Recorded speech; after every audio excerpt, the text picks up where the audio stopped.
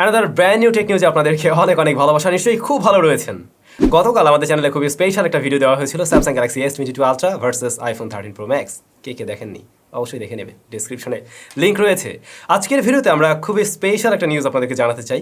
হয়তো আপনাদের খেয়াল আছে ওকিটেল ব্র্যান্ডের কোনো একটা স্মার্টফোন নিয়ে আমরা একটা ভিডিও করছিলাম, একটা রিভিউ ছিল। ওইটার উপরে আমরা মোটরসাইকেল চালিয়ে দিয়েছিলাম, আপনাদের খেয়াল আছে কিনা। ওইটা রাগেড ফোন ছিল। তো এই ওকিটেল ব্র্যান্ড খুব দারুণ একটি স্মার্টফোন লঞ্চ করে দিল। বাংলাদেশে না, চায়নাতে লঞ্চ হয়েছে।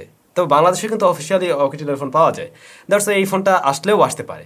এই ফোনটার স্পেশালিটি হলো এখানে আপনি ব্যাটারি পাবেন 21,000 mAh-এর। মানে এই যে আমার হাতে যে পাওয়ার ব্যাংকটা দেখছেন, এইটার সাইজ বা এটার ক্যাপাসিটি হলো 20,000 mAh। তো এবারে চিন্তা করুন এর চাইতেও বড় ব্যাটারি রয়েছে ওই স্মার্টফোনে। তো তাহলে ব্যাপারটা কেমন দাঁড়ালো? ধরুন এই পাওয়ার ব্যাংকের উপরে মনিটর লাগিয়ে দেওয়া হলো, কিছু সার্কিট বোর্ড রয়েছে, হয়ে গেল একটি স্মার্টফোন। ওই স্মার্টফোনের মূল আকর্ষণীয় জায়গায় ব্যাটারিতে। তবে এর বাইরে আরও অনেক কিছু রয়েছে, যেমন সেখানে IP69-এর রেটিং থাকছে, অর্থাৎ পানি ঢুকবে না।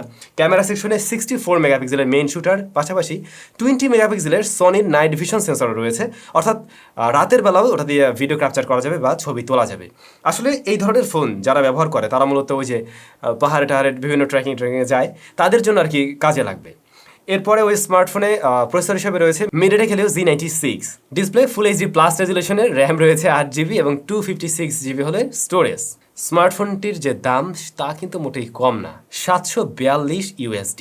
742 USD থেকে বাংলাদেশে কনভার্ট করতে গেলে অলমোস্ট আমরা দেখতে পাবো এটা আসলে কি বলা যায় 60,000-এর আশেপাশে। তো আমার মনে হয় না আপনারা কেউ শুধুমাত্র ব্যাটারির জন্য এতগুলো টাকা দিয়ে স্মার্টফোনটি কিনবেন। আবার এত বড় ব্যাটারি আছে মানে এটাকে চার্জ করতেও কিন্তু সময় লাগবে। সাথে যদিও 27 ওয়াটের চার্জার আছে, বাট ওটা দিয়েও চার্জ করতে গেলে অলমোস্ট 4 থেকে 5 ঘন্টা লেগে যাবে। তারপরেও বেশ কিছু স্পেশাল কাজের জন্য হয়তো অনেক সময় দরকার হতেই পারে। টেকনো স্পার্ক সিরিজের নতুন ফোন টেকনো স্পার্ক 9 প্রো এর ব্যাপারে আমরা অনেক কিছু জানতে পারছি। যেমন স্মার্টফোনটিতে 6.6 ইঞ্চের প্যানেল রয়েছে, যা ফুল HD প্লাস রেজুলেশনের 90 হার্টজ হাই রিফ্রেশ রেটের। এর প্রসেসর সেকশনে মিডিয়াটেক হেলিও Z85 মানে একদম কমন প্রসেসর হয়ে গেছে জানো। তারপরে ফ্রন্ট ফেসিং ক্যামেরা রয়েছে 32 মেগাপিক্সেলের শুটার এবং রেয়ারে মেইন ক্যামেরা হলো 50 মেগাপিক্সেলের।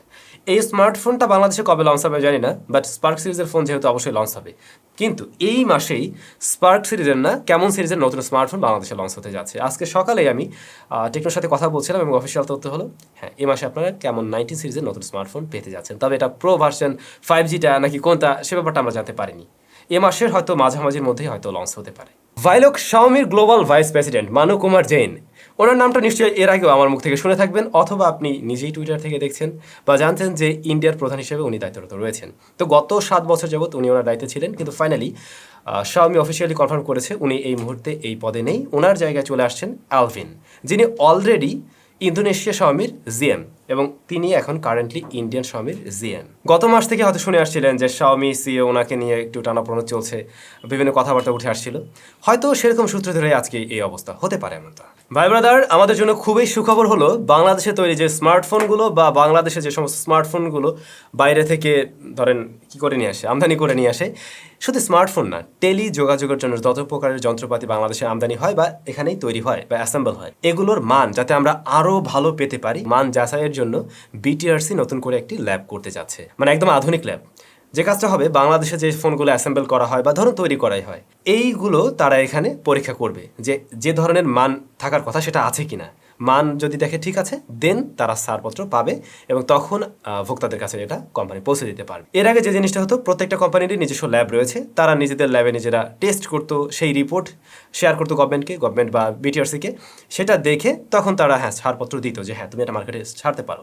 এখন BTRC নিজে সেটা চেক করবে, তারা যে ছাড়পত্র দিচ্ছে, ধরুন এই পাওয়ার ব্যাংকটা, এটা তারা বললো যে হ্যাঁ এটাতে 20,000 mAh-এর ব্যাটারি আছে এবং এইটার থেকে আপনি 5 বার ফোন চার্জ করতে পারবেন, ধরেন কথার কথা। হ্যাঁ, সো এটা তো রিপোর্ট বলছে।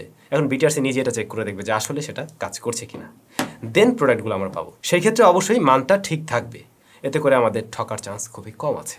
OnePlus সে আগের জায়গায় নেই, এটা আপনারা জানেন। একটা সময় OnePlus ফ্ল্যাগশিপ কিলার টাইপের ফোন তৈরি করতো, তারপরে নিজেরা একসময় ফ্ল্যাগশিপ হয়েই গেল। এরপর আস্তে ধীরে আমরা দেখলাম তারা কম দামে স্মার্টফোন বানানো শুরু করলো, মোটামুটি মিড রেঞ্জ বাজেটের দিকে। তারপরে দেখলাম আর একটু কম দামে বানানো শুরু করলো এবং এখন শোনা যাচ্ছে OnePlus একদম এন্ট্রি লেভেল বাজেটের ফোনেও হাত দিতে যাচ্ছে। তো OnePlus-এর 15,000 টাকার আশেপাশের স্মার্টফোন খুব শীঘ্রই হয়তো আসতে যাচ্ছে, যা আবার ওই রিব্র্যান্ডেড ফোন। ওপোর কোনো ফোনকে রিব্র্যান্ড করে নিয়ে আসার পসিবিলিটি আছে। ইন্ডিয়ান রুপির ক্ষেত্রে সেটা 15,000 টাকার নিচেই হবে, আর বাংলাদেশের ক্ষেত্রে হয়তো আর একটু বেশি হবে। তো সবাই OnePlus-এর সাথে নিতে পারবেন এই আর কি। গতকাল বাংলাদেশে ওপোর খুবই দারুণ একটি স্মার্টফোন লঞ্চ হয়ে গেল, আপনারা জানেন। Oppo F20 Pro 5G স্মার্টফোনেতে 5G processor রয়েছে, মূল আকর্ষণ ওখানে। ডিজাইনের দিক থেকে সুন্দর, সবই ঠিক আছে, কিন্তু স্মার্টফোনের যে দাম, অদ্ভুত দাম, ওই দামে আসলে আমরা মোটেই আশা করি নাই। ওই ফোনের দাম 38,000 টাকা। কোয়ালকম স্ন্যাপড্রাগন 695 5G SoC রয়েছে, যা 6nm এর, ভালো, কিন্তু তাই বলে এত দাম দিয়ে কেনার মতো হয়তো অনেকের কাছে মনে হবে না। বাট আপনাদের কাছে কেমন লেগেছে? আমি সেদিন আপনাকে জিজ্ঞাসা করছিলাম এই স্মার্টফোনের দাম কেমন হতে পারে বলে আপনাদের মনে হয়। ম্যাক্সিমাম আপনারা কমেন্ট করে জানিয়েছিলেন হয়তো 30,000-এর আশেপাশে হবে, কিন্তু সেগুলি বালি, এটার দাম শেষ পর্যন্ত গিয়ে 38,000 টাকা। যাই হোক, ওই ফোনের রিভিউ খুব শীঘ্রই আপনারা পাবেন। তবে আমি চিন্তা করছি একটু ইন্টারেস্টিং কিছু করা যায় কিনা, আমি ট্রাই করব। যেহেতু 5G স্মার্টফোন, দেখা যাক কিছু ট্রাই করা যায় কিনা। Stay tune. বাই বাই, আজকে টেকনোস এটুকুই। আমরা চলে যাব কমেন্ট সেকশনে। ইনভিজিবল OnePlus Nord 2T এর ফুল রিভিউ চাই। ফোনটা তো আমার কাছে নেই, আমি ম্যানেজ করার ট্রাই করব, এবং যদি পেয়েই যাই সেই ক্ষেত্রে রিভিউ পাবেন। আবির ভাই, মনে হলো টিটিপি এর সাব্বির ভাইকে দেখলাম। জি ভাই, আপনি সঠিক দেখেছেন, গতকালকের ভিডিওতে টিটিপির সাব্বির ভাই ছিল। উনি মাঝে মধ্যে আমাকে হেল্প করছেন, আরও মাঝে মধ্যে আপনারা নিশ্চয়ই দেখবেন। নাইম 1M ভাই, নতুন একটা পকেট রাউটারের ভিডিও দেন 2022-এ ফ্রি ফায়ার খেলার জন্য। ওয়েল, আমি ট্রাই করবো ভালো কোনো রাউটার পেলে তখন রিভিউ দেওয়ার জন্য। এমডি ইসমাইল হোসেন, টাকা খরচ করে এসব না করে ওয়াটারপ্রুফ মোবাইল কিনলেই তো হয়। একদম সঠিক কথাই বলছেন ভাই। আপনাদের কি খেয়াল আছে, আমি একটা ভিডিও তৈরি করছিলাম যে কীভাবে 800 টাকায় ওয়াটারপ্রুফ করা যায়। আপনাদেরকে আমি নিষেধ করছিলাম যে এই কাজটা আপনারা না করেন, খালি খালি টাকা নষ্ট করার কোনো প্রয়োজন নেই, কারণ ওতে করে খুব একটা লাভ হয় না। সো এই ভাইও সঠিক কথাই বলছেন, সুতরাং ও কাজটা না করলেই ভালো। ভালো থাকবেন। আর শুরুতে যেটা বলছিলাম, গতকালকের ইন্টারেস্টিং ভিডিওটা মাস্ট দেখবেন। ইন্টারেস্টিং অনেক কিছুই রয়েছে, মজা পাবেন আই হোপ। লিঙ্ক ডেসক্রিপশনে।